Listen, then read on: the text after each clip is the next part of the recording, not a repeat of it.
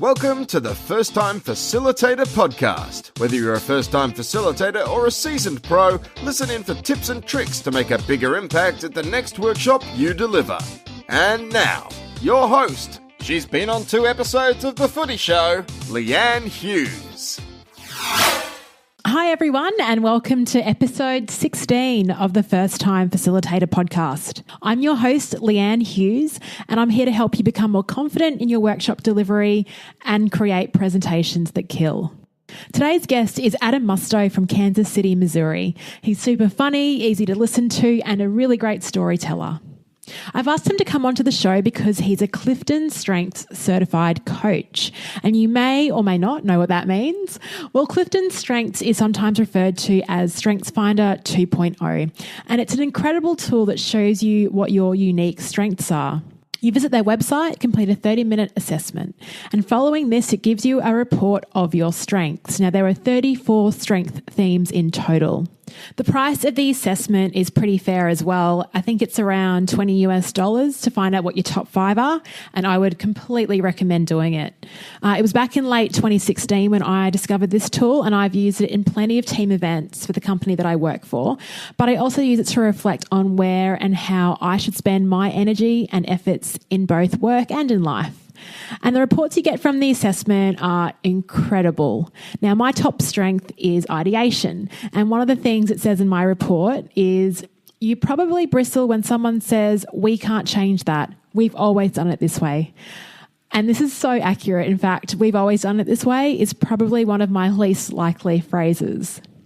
But the report also comes with excellent practical advice for how to continue to maximise your strengths. And it even recommends development opportunities, complementary strengths that you can pair up with, and as well as career recommendations. So it's good to run it with your teams as it explains why people approach things in a certain way. Now, Adam has run the StrengthsFinder tool for over 1,200 people, and he's so passionate about it. But in this episode, we also talk about his experiences delivering workshops and the strategy he uses to drive engagement and make it really fun. You can also find out more about the StrengthsFinder tool and links to Adam's work on our show notes at firsttimefacilitator.com/episode 16. Now, onto the show. Our guest today is on a mission to guide people to the place where they are gifted and called. He uses an assessment tool called CliftonStrengths to help people find the intersection of their unique talents and rewarding work. He first discovered his strengths in 2009 and it changed his life. He holds a Master's of Divinity degree and is a Gallup certified strengths coach. Welcome to the show all the way from Kansas City, Missouri, Adam Mustoe. Leanne, thank you so much. Happy to be with you. It's great to have you on the show. Now, Adam, that's a very bold statement that finding your strengths in 2009 changed your life. Could you tell us that story? Sure. I was on staff at a church, and we took at the time it was called StrengthsFinder. It was a book called StrengthsFinder 2.0. And I was in my early 20s, starting off being an employee for the first time, really being an adult for the first time. And a lot of stuff was falling through the cracks. And I kept thinking, oh my gosh, I have such a long way to go. And what CliftonStrengths helped me do was start with what's right, like take a look as opposed to the things I knew I was terrible at. It reminded me of the unique talents I do bring. And just starting from that place really changed everything for me. You know, I found out, for instance, that I have really low discipline, but I have really high strategy. And so I came up with a system or a strategy to be disciplined, right, or to cover my gap.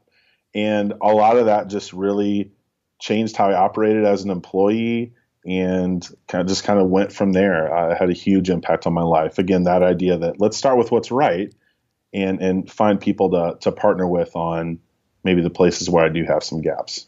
Wow. So did you kind of feel like you were kind of floundering around before you found the strengths tool, and now you're like, that all makes sense. Now I can approach things more systematically, or I can build up my weaknesses somehow by complementing them with optimizing those strengths of yours? Absolutely. That's a great word, is optimizing. Yes. What it did was it gave me a vocabulary for some things I already knew to be true, but could never really name. And it made me be like, oh, wait.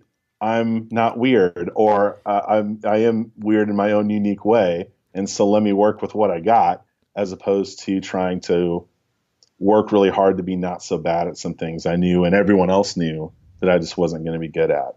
Yeah. So it made it safe to admit those things and just to concentrate on the unique gifts you do bring, because that's going to be your greatest potential for growth, is getting even better at the things you're already great at and focusing there as opposed to trying really hard to be at best like mediocre. Yeah, that's absolutely why I love the tool as well. And I only found it probably about a year and a half ago when I was reading a book. It was called Pivot by Jenny Blake. She used to run the coaching program over at Google. And we started using it in our organisation as well. And I think it takes a lot of people some time to think about, because a lot of times with development, we focus on boosting those weaknesses. Right. And like you said, optimization is the key. Now, and it's sad that we pretend those don't exist, by the way, right? That we don't have weaknesses. This is not where we start, you know? Do you mind telling me your top 5? Can I put you on the spot? Sure. We actually shared 2 of the top 5. Oh, I like it. Tell me. So my number 1 is ideation, maximizer, futuristic, activator, and positivity. And so we share positivity and activator. Very good. Yeah. Oh, that's great. I love that you speak the language too. Am I normal? Oh, you're totally normal. I love, I think it's you've got a 1 in 33 million chance of having the same combination of strengths as anyone else in the world. Yeah, that's right. Yeah, and there's a 1 in 278,000 chance of meeting someone with the same top 5 in a different order. And last month I was working with a team from Detroit, and one of the guys was a strengths twin of mine. No way. We took a picture and I came home and it was like Christmas Day or something. Besties. Yeah, it was a lot of fun. Yeah, that's right. Now that's interesting. So you did the tool and you love the tool. So what actually prompted you to then get accreditation in it? Sure. So I was on staff at a church. I'm a pastor. That's what I do for my actual job. And I had a project in grad school to put together some type of development event.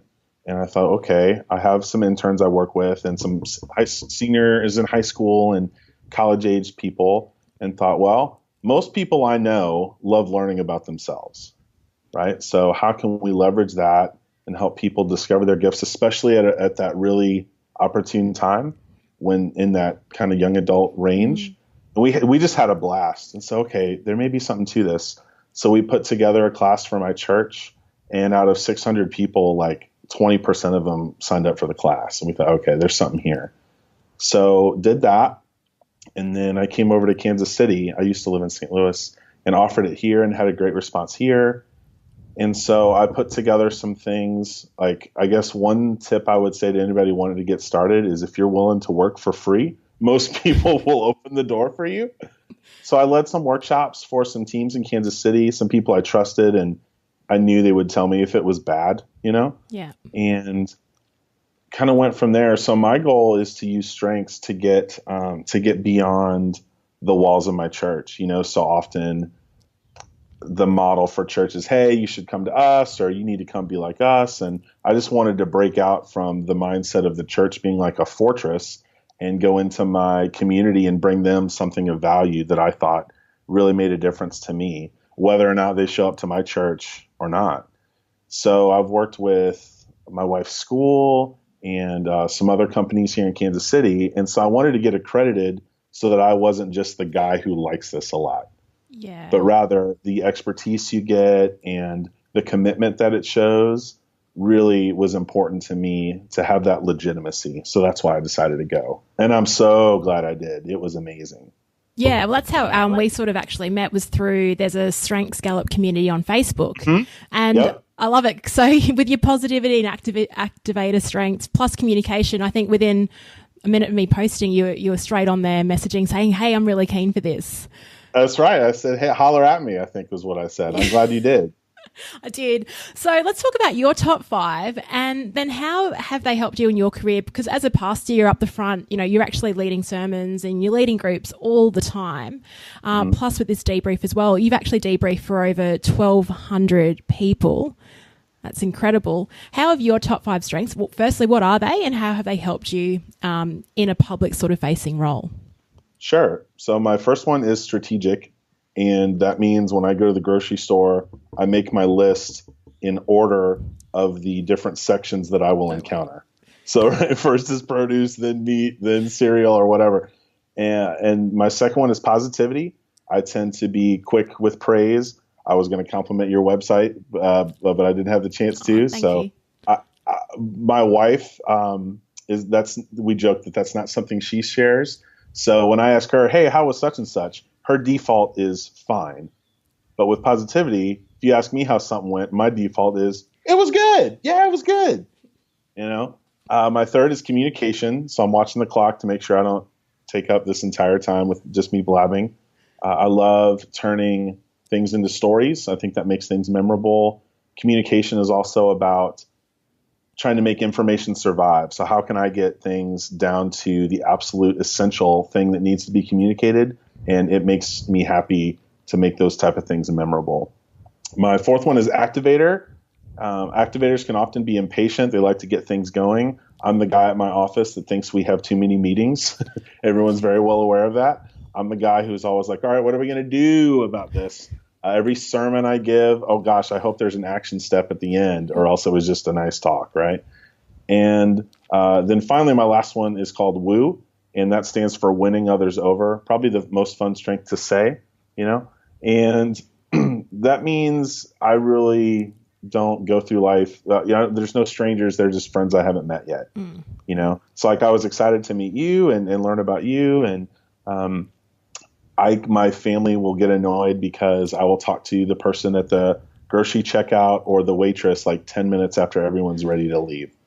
So those are my top 5. And it's been really helpful to see how those kind of pair up and complement the staff of the people around me. Just knowing those things about myself, like for instance, if I have a new initiative or a new project, I need to sit down and do some strategy time and to give myself, ample time to think through the different options and to select the best path forward. Knowing that I'm an activator, knowing that about myself is helpful because I'm often reminded that not everybody is. And so I tend to have a bias for action, which can make me helpful. But sometimes you need other folks to kind of pump the brakes so you don't fire away on maybe the wrong thing. Yeah, that's probably something that I do. And I can very much relate to your call about meetings and go like, I do my best to try and get out of them or just try, what's the outcome here? Can we drive it in any other way? That's right. Rather than sitting down for an hour or so. Yep. Love your comment about WOO. A colleague of mine has WOO in her top 5, and she always shares about these conversations she has with strangers on the train into work. And I just think couldn't think of anything worse. I love people, but I'm not very good at just talking to that stranger on the train. Oh man. Yeah. If you sit by me on a plane, you better look out. And then the other thing about positivity, it was kind of obvious in our interactions because both of us just dropped a lot of exclamation marks. And I That's have right. to Yeah. I try not to be too profuse with those. Yeah, I have to sort of rein it back when I know that people don't share the same sort of positivity strength. I wanted to talk about your wife as well and her response to how was your day. Strengths, we talk about it, well, I sort of talk about it in an organisation context, but can you use it outside of work in things like your relationships with people? Is it helpful there? Oh, gosh, yes. The applications are outstanding. In fact, last month, Sarah and my wife helped me, we co-led Strengthening Your Marriage workshop, and it was amazing.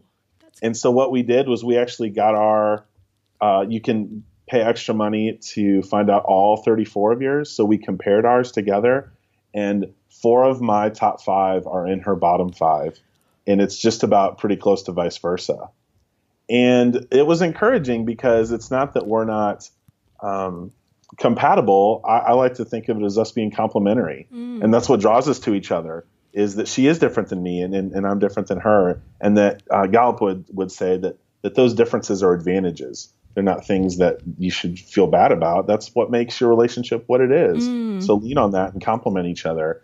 The applications for strengths are so wide, from the corporate world to the religious realm to, like you said, talking about it in the context of a marriage. I use it with people that I'm going to do their wedding. So they'll come in for some kind of premarital counseling stuff. And we have just had an absolute blast talking about strengths because they've known these things about each other, but never had a name for it. And all I do is facilitate, set the table, and then just watch the light bulbs go off. And it's so fun. Oh, that would be so much fun. Yeah, my husband and I don't share any of the top 5. And I've got futuristic, he has context, and that explains the whole. Oh, that's good. That's right. Yeah. It's paradoxical, right? Yeah. I got a guy, actually, there was a guy at that event that had both of them. He had both futuristic and context in his top 5. So we joked that he was omnipotent, right? he was all seeing. So what kind of, you talked about these activities that you do with, married couples, or that workshop you ran last week. Do you have like a kind of template for what a strength session would look like for a team context when you're debriefing it, that you sort of then contextualize, or do you approach it quite differently depending on the group? Sure. I would say there's rarely a time where I'll ever just run the template back. One of the things Gallup taught at the certification was you need to meet with the leadership to understand, like before the session, to understand what their outcomes are, which as an activator I appreciated. And you can kind of tailor it to what their needs are. Maybe there's a lot of new staff that have just come on board, or maybe there's some siloing between the different layers of the organization. And you can kind of do some things in your content to kind of scratch those different itches they may have. In terms of when I do it for churches or staff teams, yeah, I've got kind of I would call them modules. I've got kind of 5 or 6 modules and kind of say, okay, here's the options you can pick from. But one thing that's always vital, and this is again from Gallup, is this 3-fold process called name, claim, and aim. So what are your strengths? What does Gallup even mean by these words? Some of your listeners will be like, what are they talking about with woo or what context? Like input, for example. That doesn't mean you love to give a lot of input. It means you like to receive it means you're going to research a television for 2 weeks before you actually buy one, right? But that's not what it may look like at first glance. And then once you understand how they're defined, then you need to claim them. Okay, and think, how have these actually shown up in my life? And then finally, self-awareness and self-discovery is great, but what am I actually going to do with them? And how can I aim them at the things expected of me as an employee or as a spouse or as a friend? So no matter what I do, especially in a kind of what I do for the most part, which is kind of coming in first time, those 3 elements, name, aim, and claim, are always part of it. Whether it's marriage or faith-based anything or in the corporate space, that always remains. Yeah. Yeah, excellent. So, like I said, over 1,200 people that you've debriefed, and I can still hear that you're very enthusiastic about the tool. Is that just what keeps you motivated and keeps you going because you love the tool so much and you love sharing it with people? Yeah, I think honestly, people want to know that you're smoking what you're selling, and for me, gosh, this will be my second sort of drug metaphor here in 2 sentences. But when I turn people loose and they turn and talk to their partners in these workshops, and you hear the hum of conversation and you start seeing the light bulbs go off, man, Leanne, it's like a drug. It is so fun to watch people think, oh my gosh, I like I said, I knew about 15% of that, or I knew a part of this but couldn't name it. That's why and then they start filling in the blanks with their friends, or they think, okay, just yesterday, my buddy here at church and our other buddy, 2 other pastors here, Gallup was running a special on finding all your 34 strengths. And so we called it Strength Christmas. I had like a little coupon code for him and everything. And we found out that my one buddy, Brian, 2 of his literal last 2 strengths are the same as our other pastor's top 2. And so we were just laughing, like, no wonder they cross the stream so much in meetings. But again, that's part of what makes them unique, and that makes our team what it is. And we love that.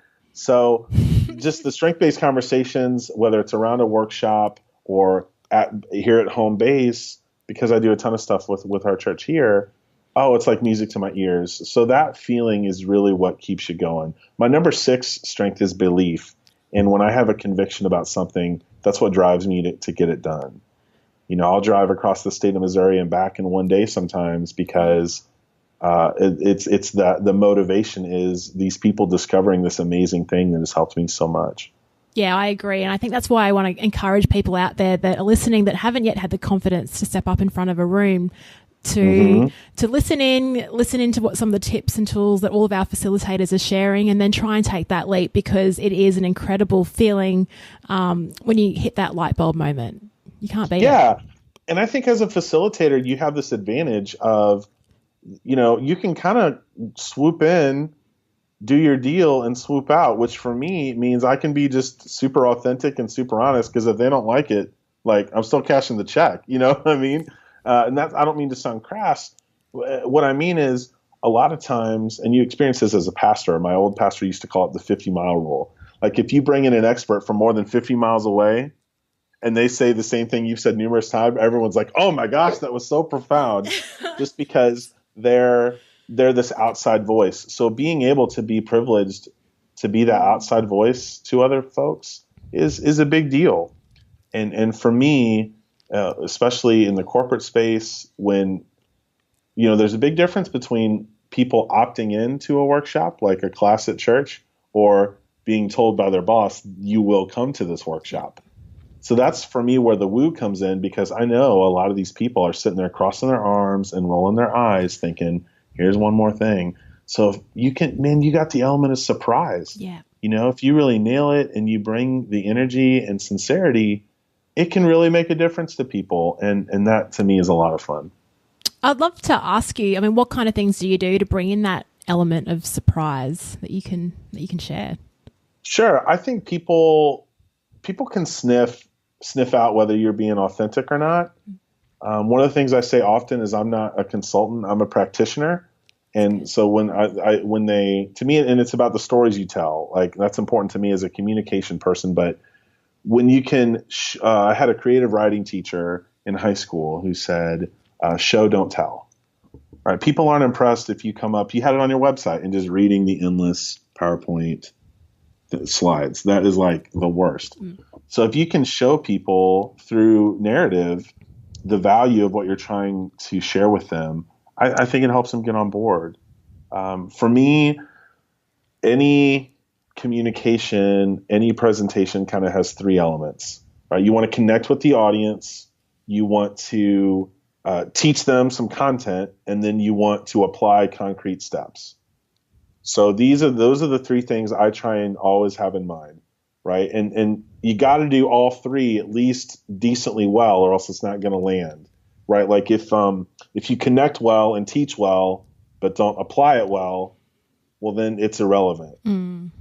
If you connect well, your content is weak, and then you apply it, then it ends up being shallow, because the actual content wasn't really there. You didn't have a firm foundation. Or if you teach great content and apply it really well, but you never connect with the audience, it's going to be boring, and they're never going to give you a shot. So I try to have those things in mind. How can I connect with folks? How can I be authentic? How can I not take myself too seriously? I think people want to just experience a real person. So how can I connect with them? Usually through some self-effacing story or something. And then how can I deliver this content with energy and precision? And then finally, what's the value in actually doing something about this, and how can we leave them with concrete next steps? I think all of three of those things are vital. Not all of us are great at all of them. So if you can at least be, I don't want to say mediocre, if you can be at least adequate in all of those areas and really do one of them well, I think that's what leads to success. Yeah, fantastic. Yeah. And I guess most people differentiate on, if at least you got the baseline for all three. Some people, I've seen facilitators differentiate on the content, so they're just the expert in that field. Others might... Yes, and just blow people's minds. Yeah, or just they're an entertainer, but they can still hit them up with content and the application, but they differentiate on their ability to bring the fun and... into that. Yeah, that's interesting. It makes it memorable in its own way. Yeah, for sure. Now, so your communication strength, it's been with you, I don't know, were you a great storyteller when you were a kid, or is this a new kind of skill that you've developed because you've become a pastor and leading teams, and you've realized it's an effective way of connecting with people? Sure. That's a great question. I've always loved good stories. My dad was a great storyteller. I'm a second generation pastor. So listening to him practice on Saturday nights and watching how a well-placed and well-delivered narrative can speak to people and touch people in a meaningful way. I saw that growing up. I out of college did a lot of youth ministry, and what I loved about middle school and high school kids is when you were trying to talk to them, when you were facilitating or presenting, they'd let you know if it wasn't going real well, because they would look at their phone, and our lights would be kind of dim, and it'd be like, guys, I can see your phones, and I think that was a great way to cut my teeth, because instant feedback, man. So to me, it was about, okay, if I've got a limited amount of time with people's attention, how can I really capitalize on the time that I do get, and how can I maximize the impact of the point of whatever we're gathered around?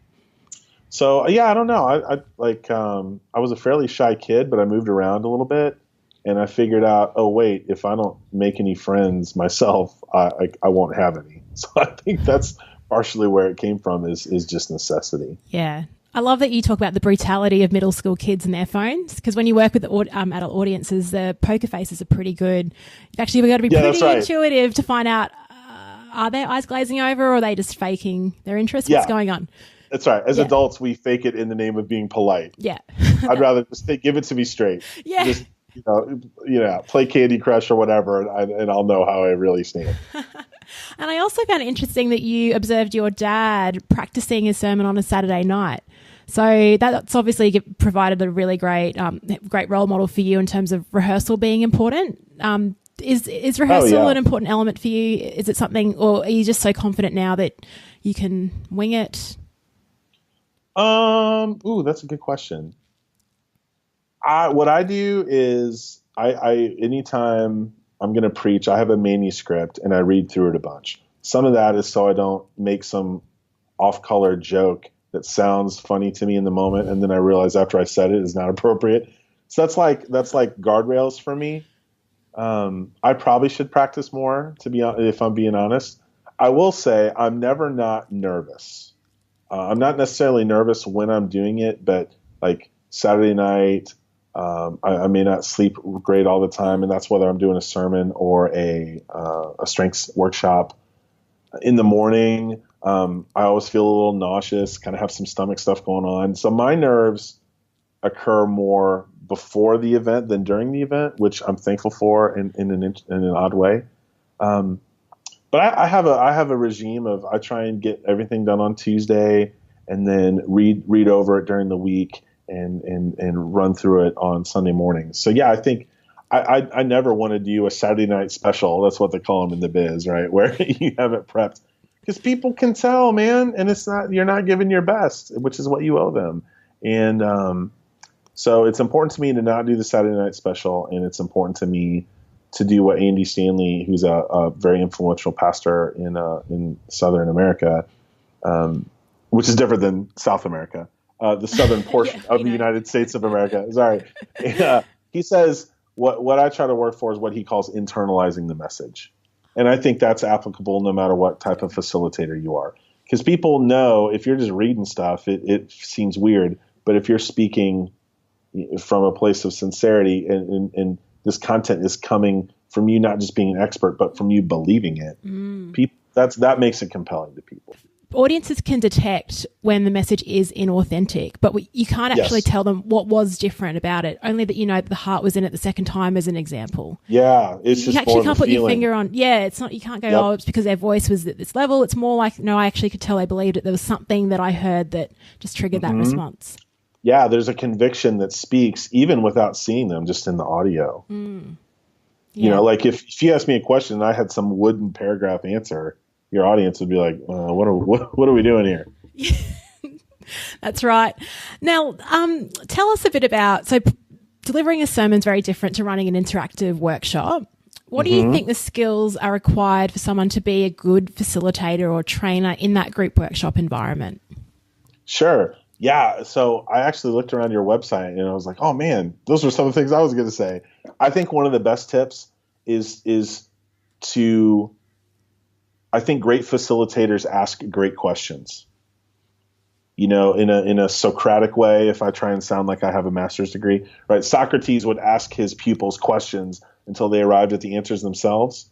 And so as a strengths finder, CliftonStrengths facilitator, my job isn't just to tell them information. It's to help lead them to their own self-discoveries. And you do that through great questions. Mm-mm. So that's one thing I would say is ask great questions.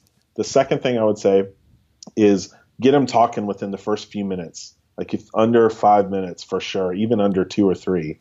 And that sets the pace for the rest of the session. Oh, this person isn't here just to, give us a big information dump. They want us to interact and have some conversation around these ideas. And I think that really sets the tone and it changes the environment when people understand, oh, okay, this is participatory and not just audible. Yeah, and they're so grateful. This audience is so grateful. Like, oh, thank you for making it interactive. Yes, absolutely. Yeah. Not just another, we call in church, we call that sit and get, not just a sit and get.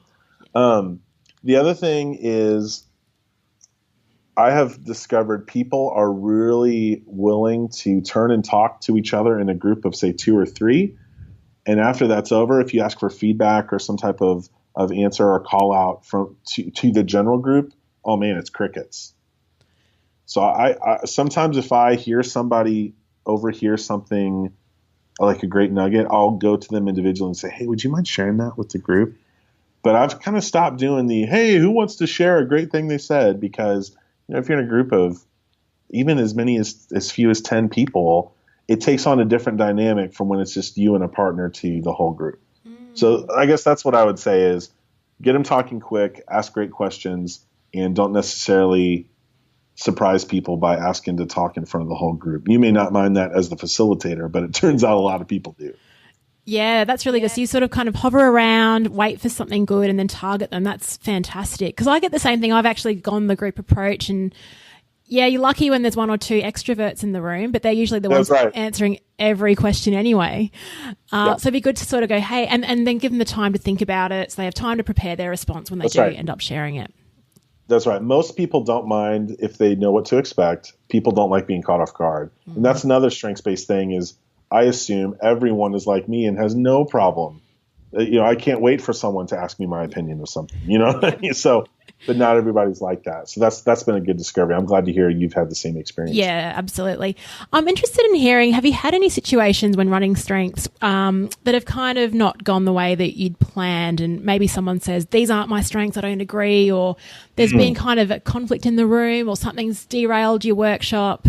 Has anything like that happened in your experiences? And sure. So the first thing that I thought of when you were talking about that is some of my stuff has been technical, like the HDMI cable wasn't present, or they told me to bring X adapter and I did, but it was really something else. And slides aren't a big deal. You can certainly survive without them, but sometimes I think that visual aspect is important. It helps people understand, oh, I should write this down. It's on the slide. So not having those kind of threw me off a little bit once, but it wasn't anything that was irrecoverable. One of the first things I do in my workshops is what someone coined uncovering resistance. So I actually try and that's the first thing I ask is, what questions do you all have? Or I invite their questions and even skepticism to some degree. So I always begin my workshop establishing kind of the sociological research about strengths, and I try and head off some of those things at the pass. I talk about sometimes you may not feel like these are you. That's all right. And I kind of have a little deal I go through where I kind of check the boxes on 4 or 5 different objections people might have. So I try and take a proactive approach. Probably my biggest bomb, this is something I use in my workshops, is it wasn't a workshop facilitation. It was a public worship service. My first year in Kansas City, we had a big outdoor Christmas service at one of our shopping centers that's like this outdoor mall, and there's a big Christmas tree and very scenic and all of that. There was like 200 some folks there, and as it was starting, our music leader was playing some Christmas songs and her guitar wasn't on. And it's like, oh man, what happened? Well, her cord had fell out. And so later on in the as a part of the gathering, I'm going to talk for about 10 minutes. And as I go out to pick up her guitar plug, I bend down and rip my pants. Like split them wide open. And it's like, oh my gosh, this is the stuff nightmares are made of. You know what I mean? And in December in Kansas City, Missouri, it is not like, real warm. So the cold breeze was a blowing my no. And I just had to gut it out. So for the rest of the time, I just waddled around like a father penguin, trying not to let anybody know that here's this guy with his pants that have ripped. That was terrible. Oh, so that was my one glory story of having to power through. Yeah. That is Yikes. Yeah. I think we can all, I could probably relate to the technology one. That always hurts when you can't project those slides up, even though you don't rely on them, but it's just like you said, something extra for that stimulation for your audience. I can relate to situations where in the workshop things haven't worked out so well, but not the pants one. That hasn't happened to me yet. So well, hopefully never. Knock on wood, my friend. That's right. Now, what's some practical advice that you could offer to our listeners, those who are first-time facilitators? I would say, again, people can tell when you're being yourself or not. So whatever it is that makes you authentically you, again, going back to those 3 areas of teaching, connecting, and applying, just use your strengths.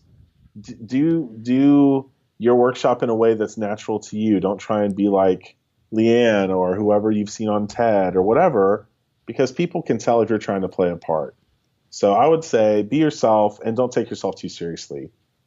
People will find it energizing and compelling and maybe even fun when they can tell that you're energized and compelled by the subject matter. And you can have a little fun. That doesn't mean you got to stand up and tell stories about ripping your pants or whatever. But however it is, you can make it evident to people, hey, I didn't ride in here on my high horse. I think that's really, really good. And again, I would say get them talking early. Yeah. Early and often. I love that. Yep. Early and often is a great note to end on. Now, Adam, I've loved talking to you, and I can very much see clearly your top 5 strengths in everything that you've mentioned, just in the way that you present and talk about things and how you actually make that extra effort to ensure that your audience are connected. It looks like you've spent a lot of time figuring out your own strategies that works for you. So thanks for sharing that with our audience. Where can people find you? Sure. You can find my strengths consulting website at www.findyourwaypoint.com. And I'm on Twitter, and my handle is my last name, which is just at Mustoe, Mustoe. Fantastic. And we will link to all of Adam's Twitter account and his website on our show notes, as well as the CliftonStrengths assessment tool. Because if you haven't done it yet, you probably, I don't know if you're driving your car listening to this, but pull over now and sign up. It's like, I think it's one of the better assessment tools out there. I love it. Leanne, thank you so much. This was great to meet you, and I really enjoyed our time. Thank you. Thanks, Adam. Loved having you on the show. Bye. Bye. Thanks so much for tuning in to First Time Facilitator. If you liked the episode, please share it with your mates or subscribe to the podcast feed in iTunes. Till next time,